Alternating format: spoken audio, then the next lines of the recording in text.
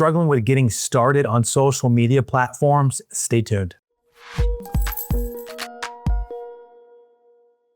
Welcome to a new episode within the KIPS podcast, where I discuss marketing with the owner of Yoga Biz Champ, Michael J. My name is Tyler Valencia, and I am the president and owner of KIPS. In this episode, Michael is going to discuss how he has helped different businesses with marketing, why you need to start marketing right away your fitness business, and give some insight into things like your niche, tools to utilize, and also how to speak to the camera. Now, one thing I want to talk about before we get into the episode is actually Canva. I've made videos on the KIPS YouTube channel about Canva, how powerful it is. And I've used the analogy how it is a graphic designer at your fingertips. There's templates that can make the most beginner entry-level Fit Pro look like a professional that's been doing it for years. Canva, it does have a free version, but there is also a pro version that ranges around $12, and it's worth every penny. Now, I mentioned that inside Canva, there are tons of templates, but you could use these for making reels. You could use these for making posts, backgrounds, and all the different social media platforms to help you build out these channels. Whether it is your Instagram, your YouTube, your LinkedIn, there are so many tools, templates. Also, there are stock photos and videos that you can inject into your content to make them engaging, so that once you have this base video or photo that you want to put into a platform like Instagram or Facebook, all you need to do is finish up with touch-ups in those platforms to make sure you're maximizing your engagement. Make sure you head over to Canva after you finish listening to this episode, and let's get started with Michael here. For our listeners, Michael, can you give a little bit about your background, how you got to what you're doing now, and anything that you're working on? Sure. Well, my background is marketing. So I was trained many, many years ago in graphic design and marketing. So that was definitely a big part of my life. And I was an art director for a big bicycle company. And I started my own graphics company on the side while I had that company. That built up. And so then I transitioned and I had my own agency for probably 20 years. And so all of my jobs have kind of overlapped. And while I had that job, I got very hooked on yoga. My initial spark with yoga, I had a hippie mom. And so my initial spark with yoga was as a kid. And then I went to a retreat with my mom as an adult, and it was like, I've got to get me some more of that. And so I went heavily into, at the time, called Ashtanga yoga. And I had a fear of public speaking. So, the thought of ever becoming an instructor was just not on my radar at all. But I was heavily interested, and I drove my teacher crazy asking her questions until she said, Michael, just take the teacher training. Right? You don't need to teach. They would just take it to deepen your knowledge. And so I took the teacher training, and I found out that I was pretty good at it. and so back in the day, I ended up working for her. I actually started doing, I did her website, the yoga studio's website for trade of classes. And then she closed. Then after the teacher training, I apprenticed with her for a year, which was a brutal experience. She was very rough on me, but made me into a very good teacher. Down the road, she closed up. There was no studio in our town, and that space was empty. And the landlord came to me and said, there's no walls in this space anymore. We can't turn it back into offices. Like, it's easier, do you want to take the space on? So we took the space on. I opened up Open Space Yoga, and within my marketing, I filled it up right away. I did a really good job of marketing. But what I didn't realize, I thought I've got my crowd right away. But what I didn't realize was such a thing as churn. And I think even fitness pros and yoga people come and people go. And so you learn very quickly that you have to always keep marketing. And so I call it feeding the beast. You've always got to keep feeding new people in always. And so anyway, we outgrew that space in 6 months. Awesome. I renovated a second studio within that 6 months. We moved into that beautiful 100-year-old heritage building on the outskirts of Vancouver, Canada. It's still there. So I sold it 8 years ago, built it up into a profitable, sellable studio. And I sold it 8 or 9 years ago. And it's now on its, I think, 22nd year. So it's kind of a nice legacy to still, it's on its third owner and still going. After that, I got certified with Mind Body as a business consultant. Mm-hmm. And over the last 8 or so years, I've built up my business, which is Yoga Biz Champ, which is one-on-one consulting. And I mostly with the yoga studios, I have helped. I've opened up Pilates studios. I've worked with Legree fitness studios, but I'm mostly in the yoga space. But I think it's great that we can have these conversations. You're in the fitness space, and I think there's a lot that we can all learn from each other. I know the fitness pros have been active in sales and speed to lead kind of things for a long time. And I think in the yoga industry, it's taken us a long time to kind of catch up, but I feel like it's finally there now in the marketing world. Oh yeah. Well, that's why when you and I were connecting through email about a topic to have on the KIPS podcast, and you mentioned marketing, I was like, boom, bingo. Yeah. Just because I believe it transcends any type of part of the health, fitness, wellness space, is that we all need to get better at our marketing. I'm constantly looking at those things as on a day-to-day basis. How do I make better content? How do I connect better with my audience? And I think when you mentioned, I was like, okay, yep, let's do it. Let's talk about it. And it's going to be very interesting throughout this episode to talk about your insights in some of these pieces. And one of the first places to start here is, I think, with authenticity. I know that that's been something that I've been working on over the last year, is connecting with my audience, sharing more. And I think it was almost an immediate reaction, a positive reaction, that my audience, once I started sharing more, joking, showing more my humor side, I'll say, people connected more. They started messaging more in my DMs, the followers that I've had for years. And you're like, oh, I forgot that you were following me, but they watch, they see. Yeah. What are some of your keys to being authentic in the content that you're creating? Yeah. Well, I think first of all, I think one of the pieces a lot of people miss is, who are you talking to? Yeah. I help open yoga studios. And so one of the key things, when we're in that process, is really doing your research of who are you serving? Yeah. Who are you talking to? I work with a lot of studios, and there are some studios that do really well being a, all-in-one, encompass for every type of client. There are definitely those studios. But I think if you're a community studio or a solopreneur fitness professional, personally, I like niching. Mm-hmm. I think you need to cut through the crowd. And to cut through the crowd, who are your people? And who do you serve? And how do you serve them? Yeah. So I think authenticity, I remember when, you probably do, you're here, you're doing a video podcast. I do a video podcast. I don't know if you've looked at some of your early recordings when you first started, right? Awful, just awful. I mean, some of mine are still on YouTube, and they're still there, but you got to start somewhere. Yeah. And so I think right now, authenticity is just talking to the camera. I think I am on my studio owners now, just talk to the camera. And I also say, you don't have to post it, but you do have to get used to talking to the camera. Yeah. Right. So just practice talking to the camera. At first it's going to be stodgy, but eventually you're just going to be able to show up and be yourself. And I also say that people may be watching you on Instagram for a year until there's that minute where they go, oh, I relate, I connect, or that doesn't scare me anymore. And it may take a while, it may be a slow burn. Mm-hmm. But there's, there might be just that moment. They watch you forever, and then you say something.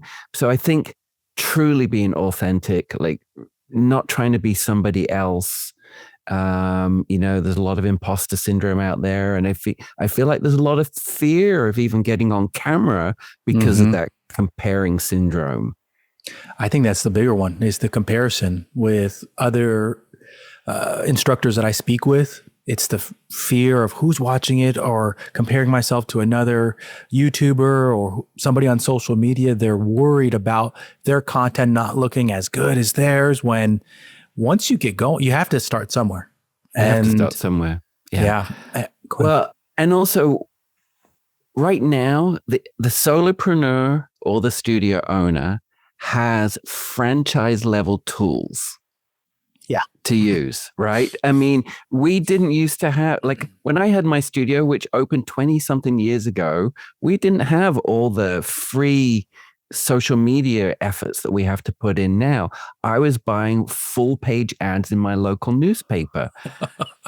Right. I mean, it worked for me because everybody read the newspaper, our local community newspaper. And I was smart enough to pre-buy my whole year's worth of at the right times, getting, and I was very, had to be on right side page, top corner. Like I was very, it's a little different now. We have to, we're talking about what times to post and what have you. But that used to cost money.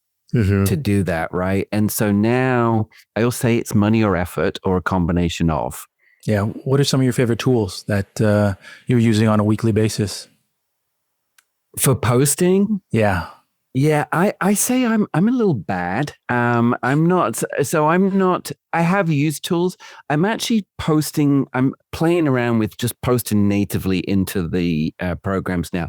I'm kind of feeling that they hit a little bit better when I create the reel within Instagram rather than if I do it in CapCut and post it on Instagram. So I kind of feel I'm playing around with that right now. So I'm just posting natively in the apps. Do you use Canva at all? Absolutely use Canva I used to pay for the Adobe. I know you're in the Adobe world, but and as a designer, I used to pay for all those, subscriptions for all those years. And, I feel like every single solopreneur or studio now has templates. And, one of my clients sent me, they quite often send me their ads that they've done. And I wrote back going, there was no picture in it. And so I wrote back the other day, and I hope I didn't offend her, but I'm like, I think you can do better. I'm like, if you can do color, use a photograph, and there's tons of templates in Canva. Go look. Yeah.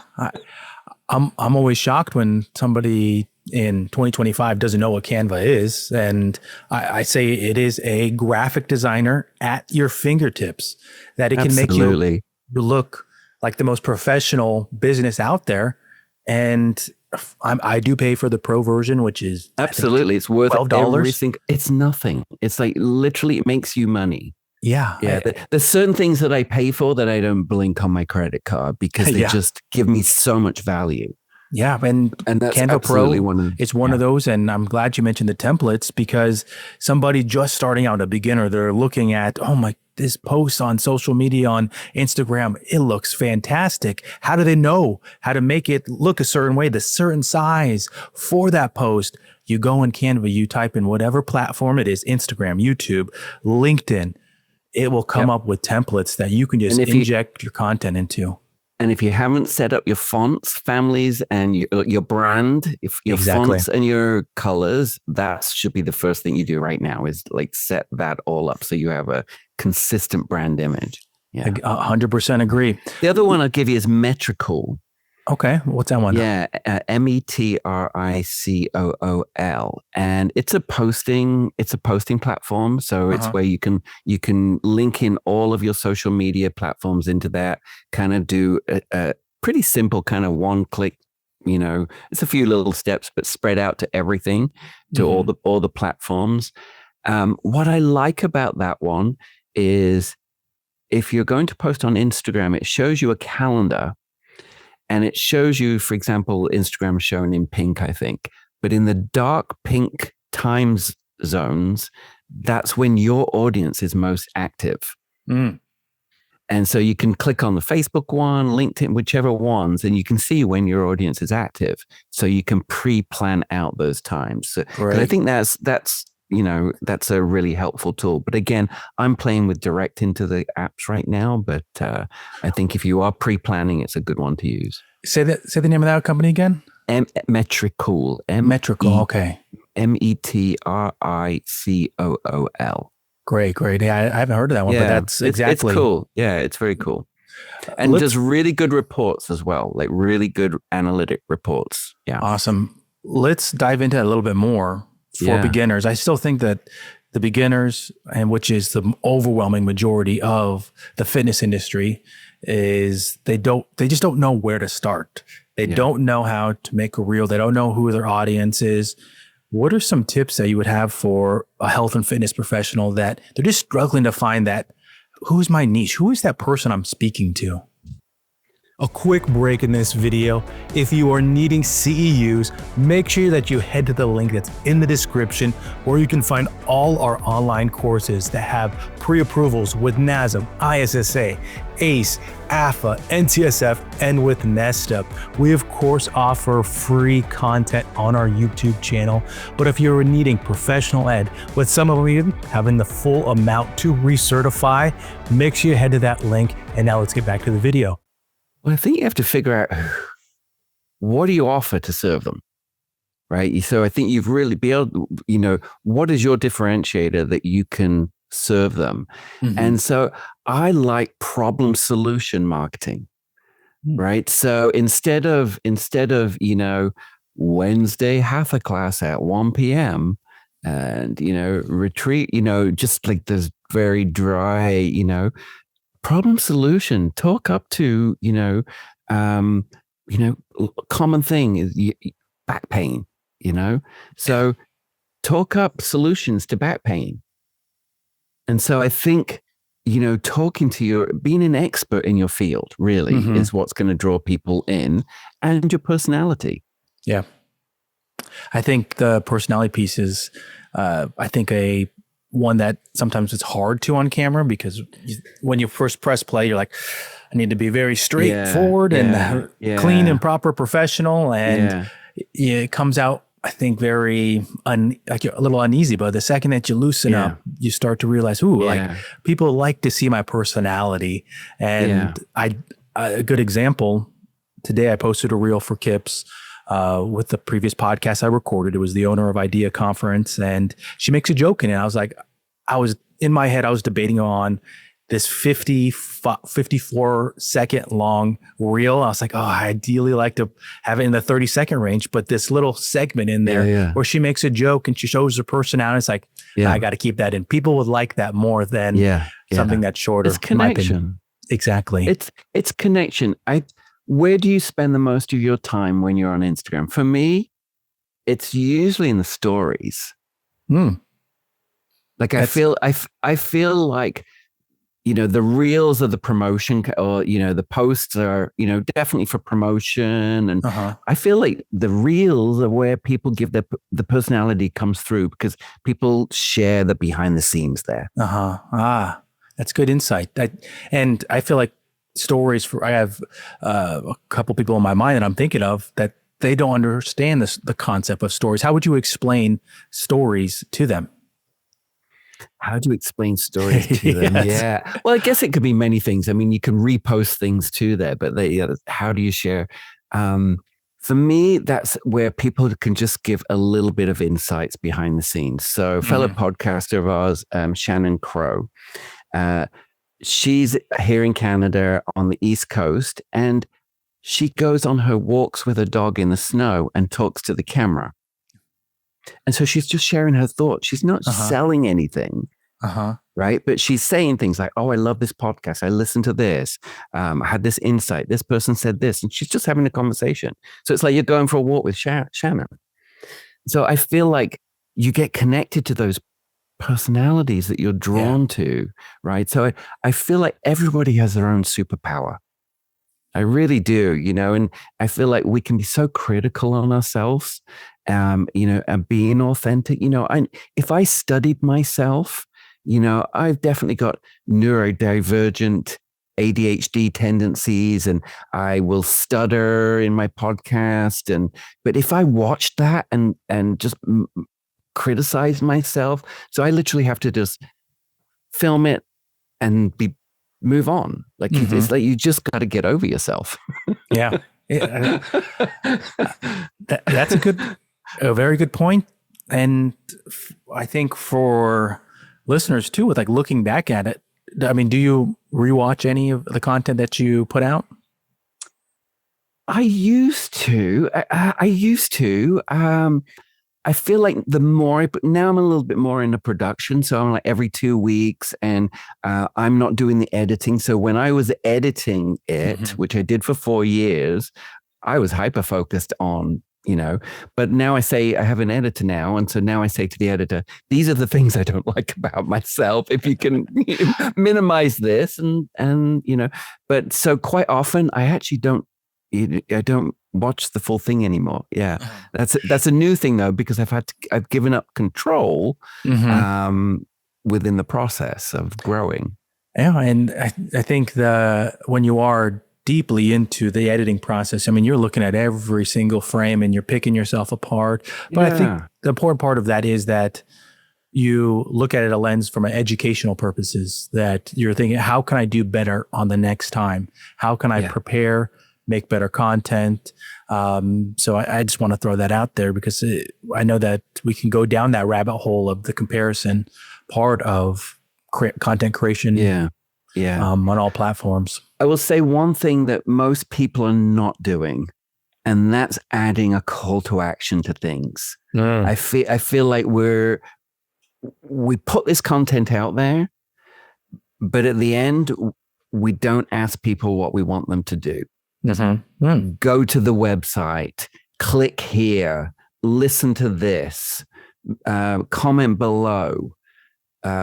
Whatever the call to action is, I feel like sometimes the solopreneurs and the fitness industry, we came into this industry to serve, and then we go, holy shit, now we're going to sell.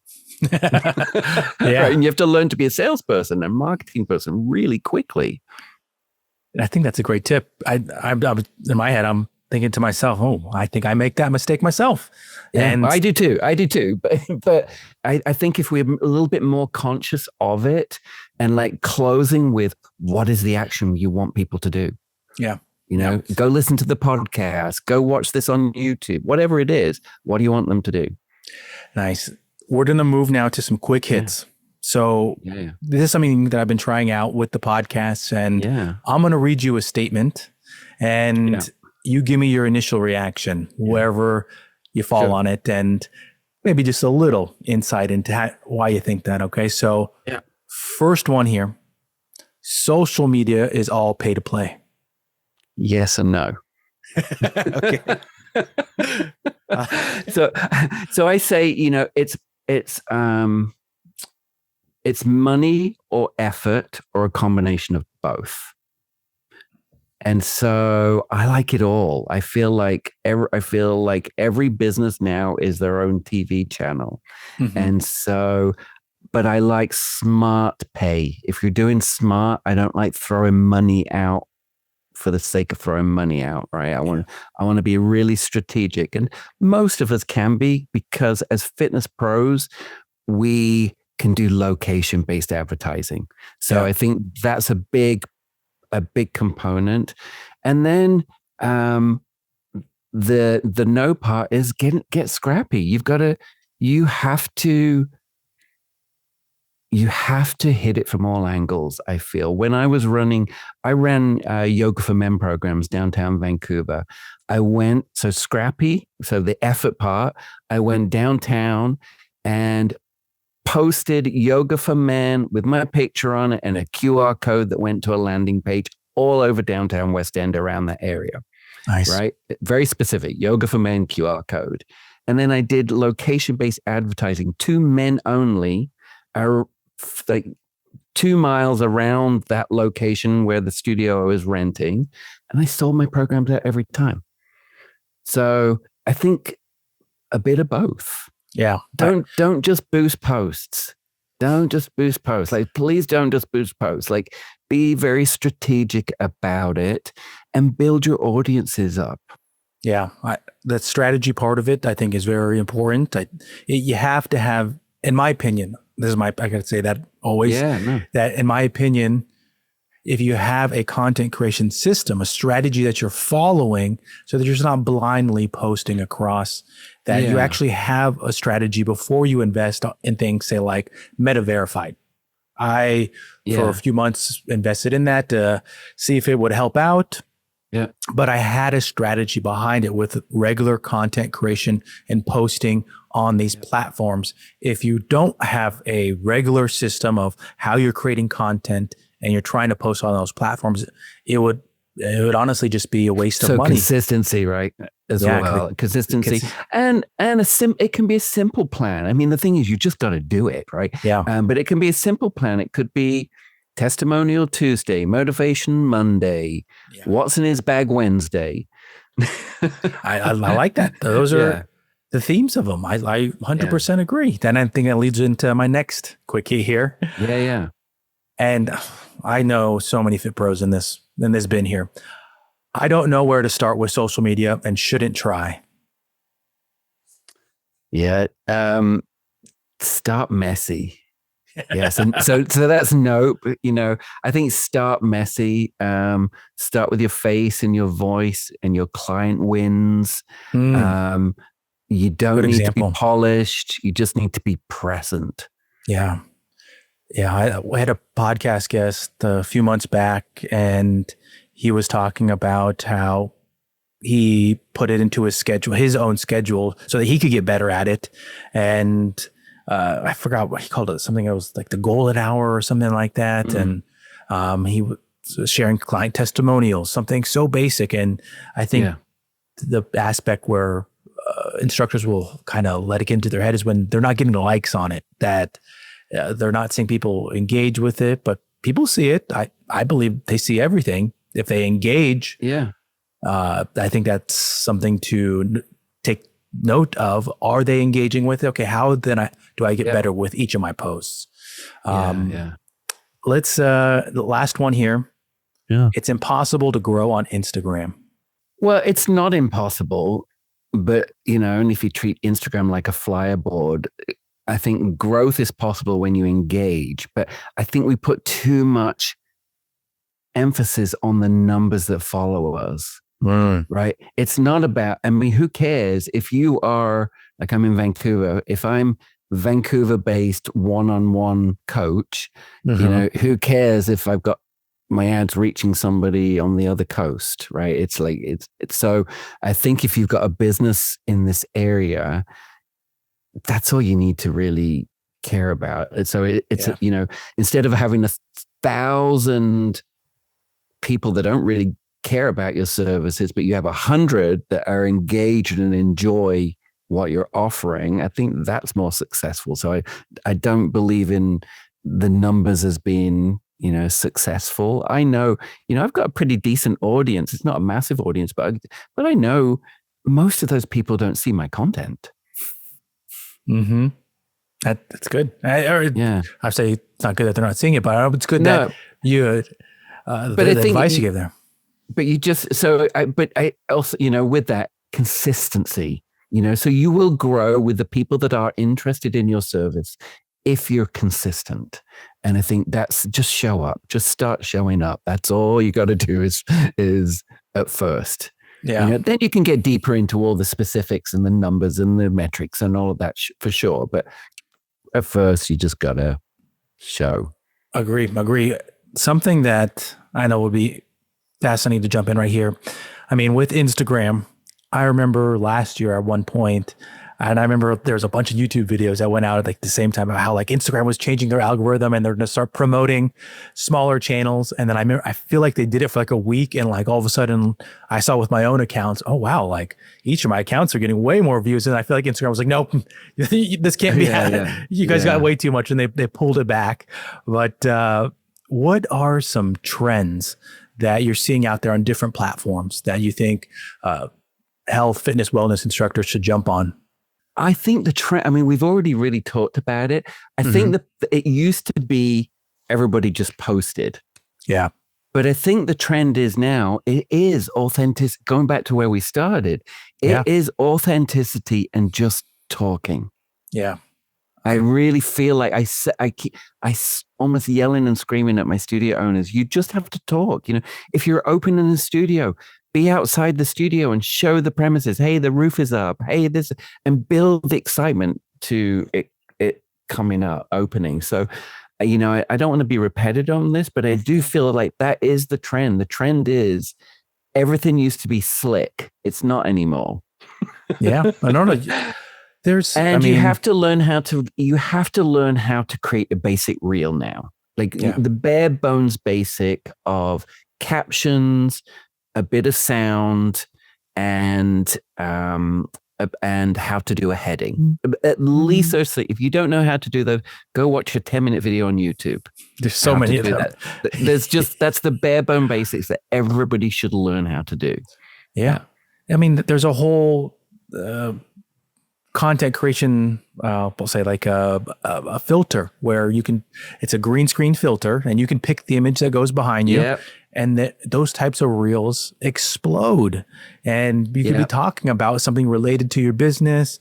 It could be something that you're going to be showing your expertise, but people watch them, they engage with them, and that's how they're consuming. Like, I think a mix of educational based, promotional based, but also entertainment. I always talk about the entertainment factor for social media. I know that that's more what I do when I go on social media, is that I'm just going there for entertainment. And I thoroughly enjoy laughing at reels, watching funny ones. Completely. And when fitness instructors can be entertaining, I give them credit for that, because there's some fantastic ones out there. Yeah, for sure. Yeah. Oh, the other trend, I think is quizzes. I think are kind of taking a little bit of like online quizzes where you can kind of get you can either, you know, there's spin wheels or stuff like that where you can win something. But there are also quizzes where it's almost like at the end they get an assessment. And I think for personal trainers, or, you know, that could be a really good tool of kind of scoping where the needs are when you contact them or when you market to them. Almost like you're getting data from your audience. Yep. You're seeing what they need so that then you can steer them in a certain direction. Yeah. And then the other thing I will say is a lot of the software booking platforms now, or some of them, which is something to watch out for, I think, in our industry, is that they now have meta advertising connected into the platforms, which means that all of your clients, if they have got a meta account, then the booking platform can match up the Facebook pixel to your clients, and then you can target your clients or past clients. And so, so I think that's really good. And also a lot of the booking platforms have got great lead capture things. So I think leads and pipelines. So quizzes comes into that. I think it's not a social media trend, but I think it's definitely something that connects into social media, which can be really powerful. Well, behind all these things that we're talking about is the data behind it. All these platforms trying to gather who is watching your content so it can show them more of it. And that's where, if you're staying consistent, you're going to end up in a potential audience member that you didn't think that all of a sudden they're seeing like similar content, and all of a sudden you're showing up, and this connection 100%. You're talking. Well, I'll give you a free one here. Yeah.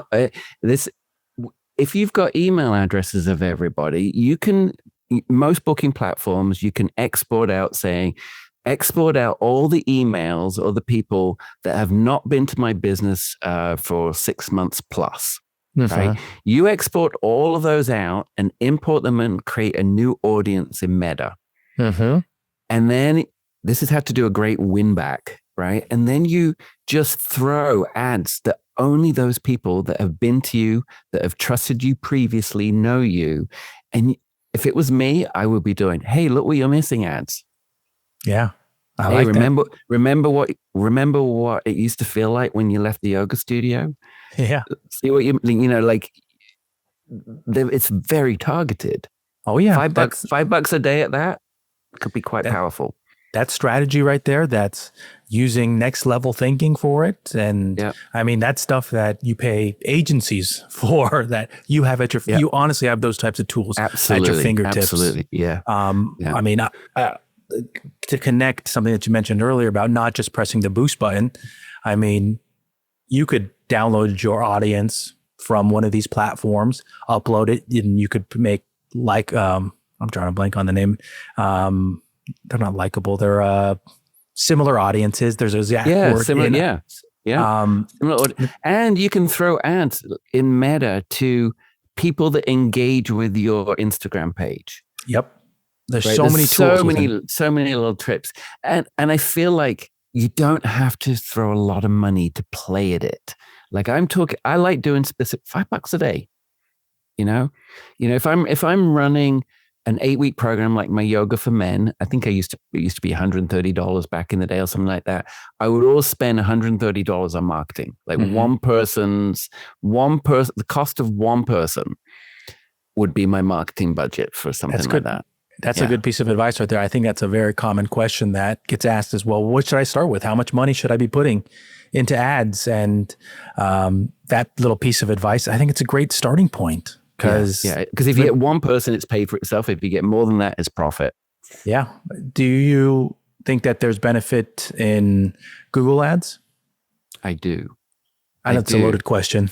Now I think it depends on the business, because my world is studio based, right? Yeah. And so that's very easy to do location based ads, 5 miles around this location and just this very specific demographic that I serve. So, I think that is great. I think the online world might be a little bit harder to cut through.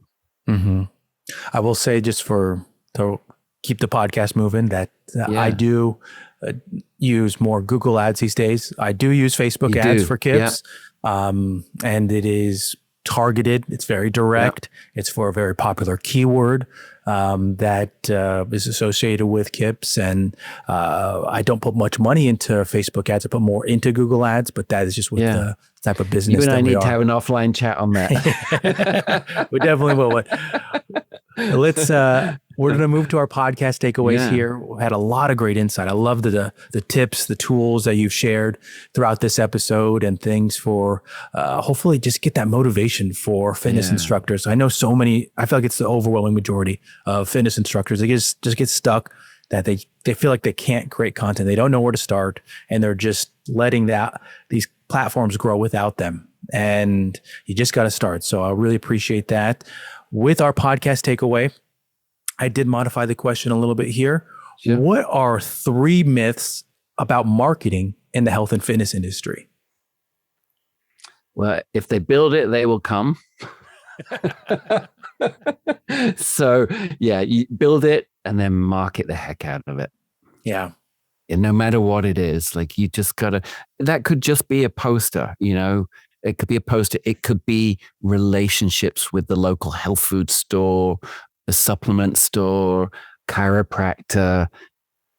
Right. But yeah, I agree with that 100%. Get out there, get scrappy. Yeah. Number 2, marketing is being salesy.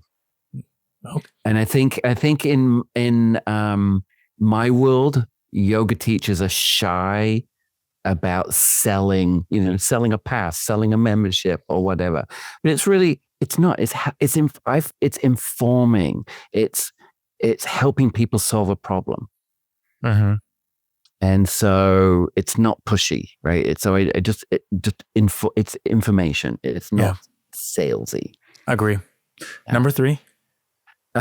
We already kind of touched on this, but if you need 1,000 followers to make money, you don't. Yeah. Agree. You just need the right 100 people who trust you.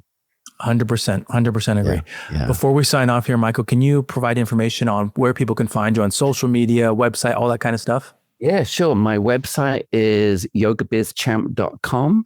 My social media on YouTube, Instagram, TikTok, all of them is Yoga Biz Champ. Great, great. And that information will be listed in the description for anybody listening on YouTube, Apple Podcasts, or Spotify. Michael, thank you for taking the time. Share your insight, knowledge in this space, something that is so important, in my opinion, to be able to grow in 2025 and beyond.